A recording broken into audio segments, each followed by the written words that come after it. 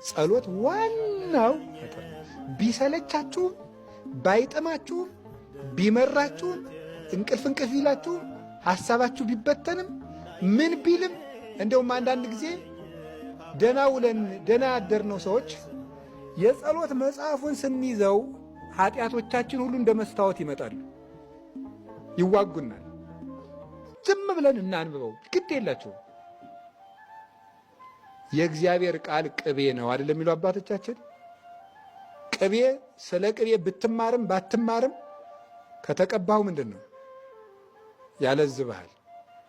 ጸሎቱ ቢገባህም ባይገባህም ከጸለይከው ልቡናህን ማለዘቡ ረዴት ማሳደሩ አይቀርም። ስለዚህ እግዚአብሔር ሰዎች እንጸልይ። ሌላ እንድናፈራ ምንድን ነው የሚያስፈልገን?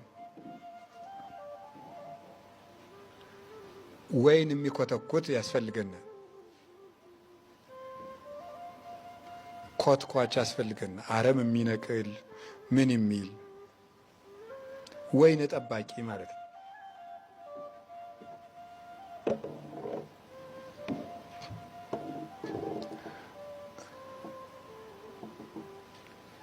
እነዚህ ሁለት ናቸው።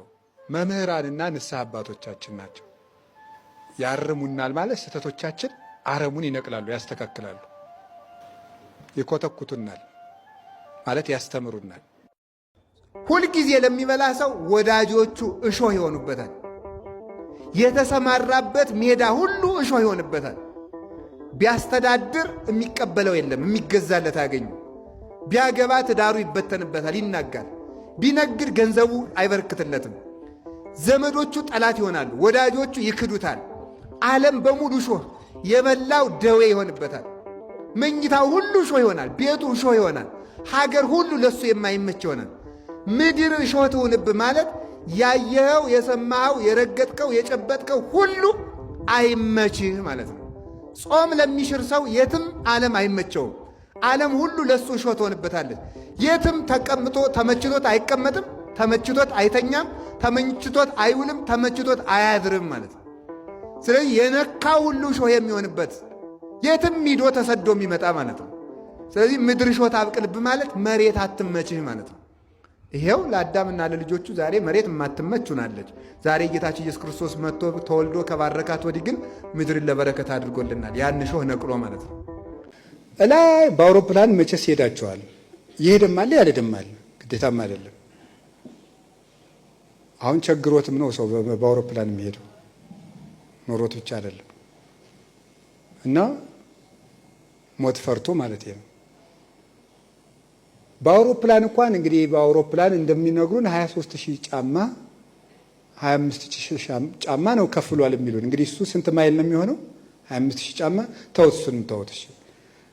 እሱ ነው የሚሄደው። እዚያ ላይ ሆነን እንኳን ሰው ስናይ ዝንብ መስሎ ነው የሚታየን። የሆነ ዶሮ ነው የሚመስለው ሰው ወደ ታች ስታዩ። እንግዲህ ከዚህ አንስቶ እስከ ጠፈር፣ ከዛ ከጠፈር በኋላ ሃኖስ የሚባል አለ። ከዛ በላይ 7 ሰማይ አለ። እስከ ላይኛው ሰማይ ጫፍ ድረስ ውሃ ሞልቶ ነበር ነው። ምድር ተገልጣ ለማየት በጣም እጅግ ርቀት ነው ያለው። ያንን ቅዱስ ሳዊሮስ ዘስሙናይን የተባለ ሊቅ ሲተረጉመው ከዚህ አንስቶ እስከ ላይኛው ጫፍ ያለውን ሰማይ በጣም ጥልቅ ነው። እንዴት ነው ከዚህ ሆኖ ቢጮህ ሰው ይሰማል? እስኪ ንገሩኝ። ቆይ እዚህ ቅርና እስቲ 2 ሜትር ጣና ውስጥ ግቡና ኧረ ድረሱ ብላችሁ ይሰማል? አይሰማም። ከዚህ እስከዚያ ድረስ ማለት ነው። ይሄ ያቺ ምድር የተዳፈነችው ምድር የሰው ልጅ ባህሪ ነው ብሎ ነው የሚተረጉመው። ያቺ የተዳፈነችው ምድር የሰው ልጅ ባህሪ ነው። እላይዋ ላይ የተከመረው ጥልቅ እግዚአብሔርን አላሳይ ያለ የኃጢአት ማይበል ነው በሰው ልጁ ላይ የሰፈፈው ማለት ነው። እግዚአብሔርን ለማየት ወደ እግዚአብሔር መልክ ለመድረስ ሰው ወደ ራሱ ለመመለስ 5500 ዘመን የተከመረበት የኃጢአት ጥልቅ ያን ያህል ነበረ። ሰውን በቀላሉ ስቦ ማውጣት የሚቻልበት ቀረብ ያለ ባህር ላይ የነበረ አይደለም ነው። የሰው ልጅ እንዳሳ ሆኖ ነበር የሚለው አብይ ቅዱስ ዮሐንስ አፈወርቅ። ለዚህ እንዳሳ ሆኖ ነበር። አሳ ሲዋኝ ድምፁ እንደማይሰማ ፍጹም እንኳን ቀረብ አድርገው ሳብ አድርገው ሊያወጡት የሰው ልጅ ምንም ድምፁን በማይሰሙት ጥልቅ ውስጥ የተወረወረ ነበር ነው። ያ በእግዚአብሔርና በእኛ መካከል ያለውን ርቀት የሚያሳይ ነው። ያ ርቀት ነበረብን። በከመ ይርቅ ሰማይ ምድር ከማሁ ይርቅ ምክሬ እምክርክሙ ትንቢተ ኢሳይያስ ምዕራፍ 56 ላይ ሲናገር ሰማይ ከምድር እንደሚርቅ ሐሳቤ ከሐሳባቸው እንዲሁ ይርቃል። ሰማይና ምድር የመራራቃቸውን ያህል ሰውና እግዚአብሔር እንደዚህ ተራርቀው ነበረ፣ ፈጽሞ እጃችን ብዘረጋ እስከማንደርስ ድረስ። ለዚህ ነበረ አጽነነ ሰማያተ ወረደ የሚለው። ሰማያትን ዝቅ ዝቅ አድርጓቸው ወረደ ማለት ሰው ከእግዚአብሔር ምን ያህል ርቆ እንደኮበለለ ነው የሚያሳየው። አሁን ምን አደረገ? እግዚአብሔር ወረደ የሚባለው ለዚህ ነው። ከሰማይ ወረደ። ማን? አካላዊ ቃል ሰው ሆነ። እግዚአብሔር ሰው ሆነ። ምን ሊያደርግ ሰው እንደሆነ ታውቃላችሁ? ሩቅ ስለነበርን እሱ ካልመጣ ብንጓዝ ከእግዚአብሔር መድረስ አቃተን። ኃጢአት የዚህን ያህል ከእግዚአብሔር አርቆን ነበረ።